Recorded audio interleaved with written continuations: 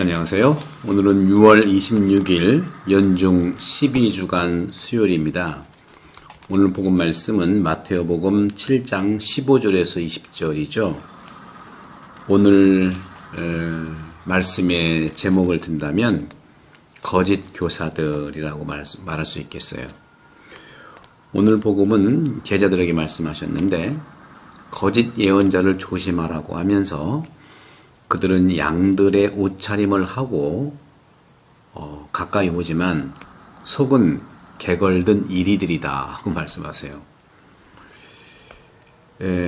그들이 열매 맺는 것을 보고 그들을 알아볼 수가 있는데 가시나무에서 어떻게 포도를 거두고 엉겅퀴에서 어떻게 무화과를 거두겠느냐. 좋은 열매를 맺고 나쁜 열매는 그러니까 좋은 나무는 좋은 열매를 맺고 나쁜 나무는 나쁜 열매를 맺는다는 거죠. 좋은 열매를 맺지 않는 나무는 모두 잘려 불에 던져지고 그래서 너희는 그들이 맺은 열매를 보고 그들을 알아볼 수 있다 하는 것이죠. 열매입니다. 열매. 거짓 예언자들을 조심하라고 이제 말씀을 하시죠. 주님께서 말씀하시는 오늘 복음, 거짓 예언자들을 조심하여라. 네, 밖에서 공사 중이라 소리가 좀 땅 파는 소리, 굴착기 소리인가요? 나시죠? 양해 부탁드리고요. 거짓 예언자를 조심하라는데 이 예언자라는 단어는 히브리, 그쵸, 그리스 말이죠. 그리스 말로 본다면 거기에서부터 이제 예언자라는 말이 이제 유래되었는데 이 예언자는요, 다른 사람을 대신해서 말하는 사람이죠. 구약 성경에서 예언자들은 특별한 임무를 맡았지 않습니까? 바로 하느님의 이름으로 말했고요. 하느님께서 이와 같이 말씀하신다. 예레미야서 2장 5절에서도 보면 그렇게 항상 서문을 그렇게 시작을 해요. 연설로. 구약 시대에서는요, 거짓 예언자들이 많았죠. 그래서 예레미야는 그들을 두고 사기꾼들은 자기들이 만든 하느님의 신의 말씀을 가지고 사람들을 미혹한다 하고 평가를 하고 불평했어요. 예레미야서 23장 9절이 이하죠. 그러니까 사기꾼들은 자기들이 만든 신이라는 거죠. 자기들이 만든 신. 그 신의 말씀을 가지고 사람들을 미혹한다는 거죠. 초대 그리스도교 공동체 사회에서도요, 사기꾼들이 너무 많아서 예언자라는 말이 의심스러울 정도로 많다고 그래요.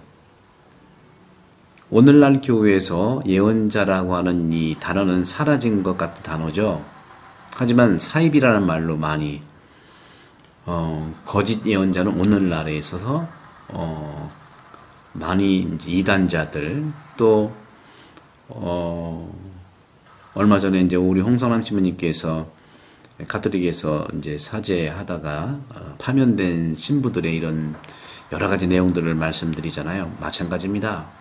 그렇게 있어요. 우리 홍 신부님 대단합니다. 우리 홍 신부님 위해서 응원해 주시고 많이 이렇게 댓글 좀 달아주시면 고맙겠어요. 그런 점에서 예언 기능이 사라질 수가 없는 겁니다. 그런 점에서 홍 신부님은 참 예언자시고요. 그들은 거짓 예언자죠. 마치 교회가 자신의 기능을 부인하고 하느님을 대신해서 말하는 것과 같은 것이에요. 실체를 보면 정말 똑같습니다. 이것은요, 교황이나 주교나 사제뿐만 아니라 부모라든가 교육자, 또 모든 신자들의 의무이기도 해요. 바로 하느님을 정말 말씀을 살아가는 거죠. 자신의 환상을, 자신의 어떤 그 나쁜 생각을 하느님의 뜻으로 내세우지 않기 위해서는요, 많은 책임과 많은 지혜가 필요한 것이죠. 우리 가운데 말하는 사람은 많지만 사실 말하는 사람은 거의 다시 말하면 말하는 사람은 거의 없다고 할 정도로 그런 점에서 보게 되면은 이런 차원에서 이제 이건 좀 참고를 좀 자료를 좀 보고 싶은데요.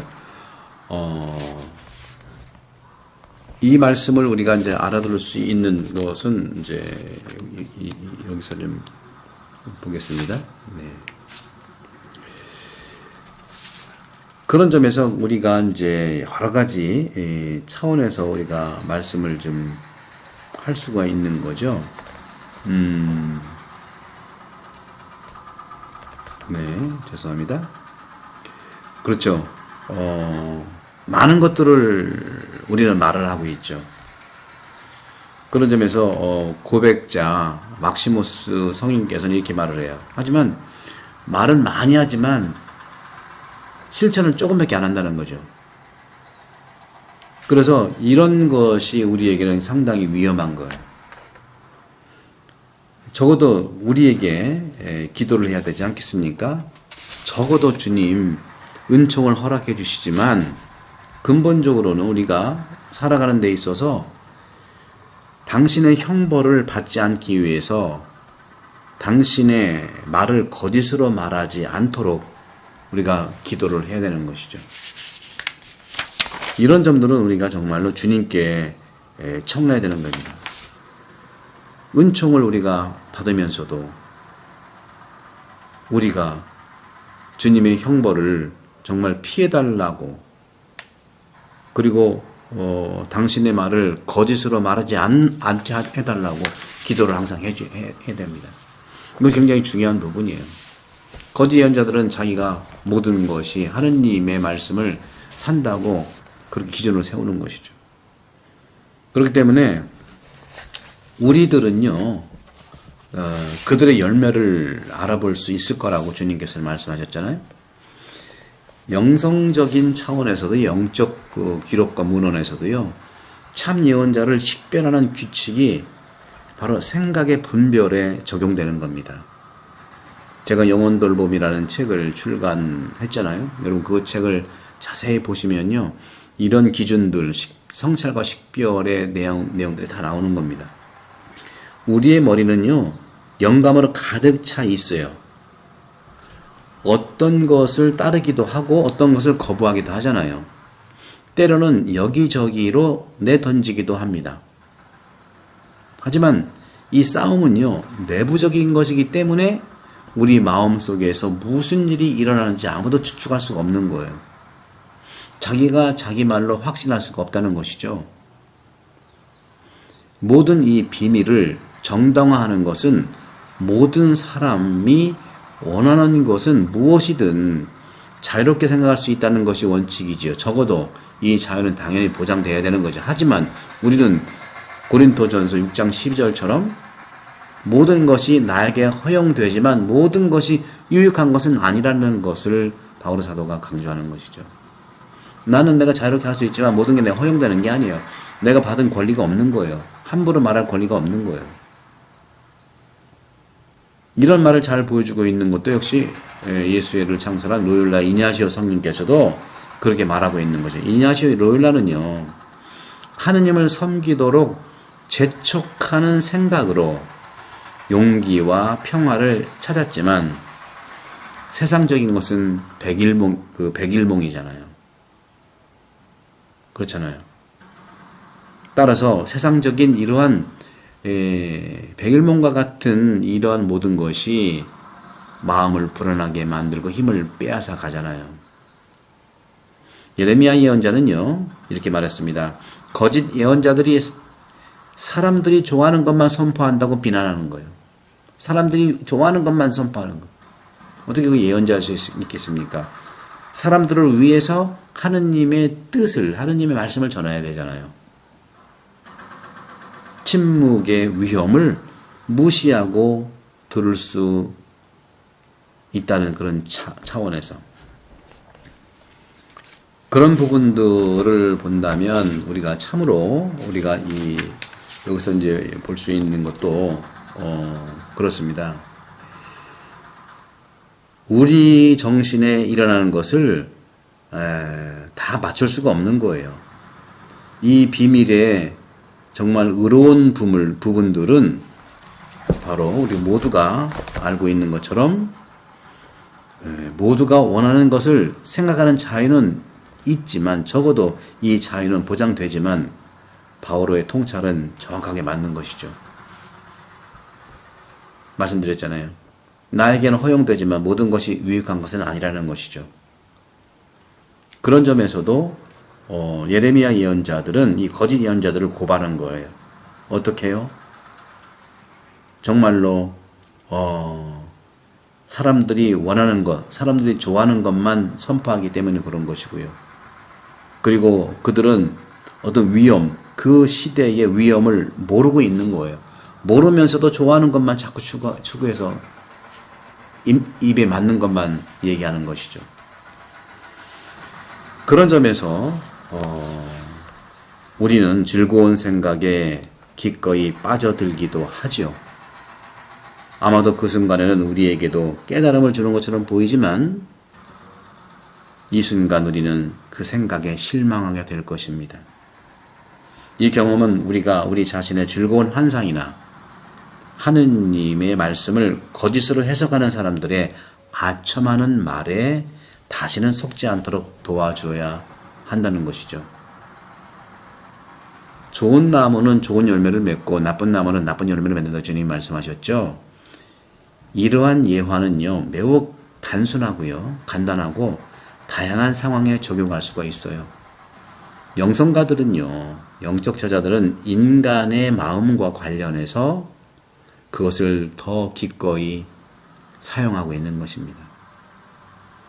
그것은 나무, 아니 오히려 여러 가지, 다시 말하면 행동이라든가 생각이라든가 욕망이 나오는 뿌리예요. 마음은 안정된 성향, 사물에 대한 확고한 태도를 의미합니다. 누구나 기도할 수 있어요. 하지만 그렇게 하려면 의지의 노력을 기울여야 하는 경우가 많죠. 이것은 즐거운 일이 아니잖아요. 반대로 마음으로 기도하는 사람은요, 기꺼이 이 기도를 하기 때문에 매 순간을 기도로 채우는 것이 당연합니다. 억지로 다른 사람들에게 친절하게 대하는 것은 칭찬할 만한 일이지만, 하지만 다른 사람을 향한 선한 성품을 가지고 마음에서 우러나와 친절하게 행동하는 것이 얼마나 더 아름답냐는 것입니다. 마태복음 22장 37절에 너의 마음을 다하여 주 너의 하느님을 사랑하여라 하시잖아요. 우리들은요, 이 영적 저자들이 얘기하는 오늘 복음에서 우리에게 마음을 정하는 방법을 가르치고 있어요. 그것들은 좋은 일이 가치가 있다는 것이죠. 하지만 마음을 바꾸지 않으면 안 된다는 겁니다. 좋은 일도 마음으로부터 우러나야 된다는 것이죠. 선을 행하는 인내의 그러한 차원에서, 다시 말하면 마음이라고 하는 것은요, 결국은 가치 있는 좋은 일인데, 다시 말하면 좋은 일이 가치 있는 일이지만 마음을 바꿔야 된다는 겁니다. 안 바꾸면 안 된다는 것이죠. 마음은 어디서 옵니까? 마음은요, 좋은 일을 하면서 항구적인 인내로부터 온다고, 변화돼서 온다는 것을 얘기하는 것이죠. 성언을 행하는 일은 인내로서 마음이 변화된다는 사실을 말씀드리면서 거짓 예언자의 그런 유혹에 넘어가지 않고 말씀으로 가득 차는 하루가 되기를 축복합니다. 성부와 성자와 성령께서 여러분 모두를 강복합니다. 감사합니다.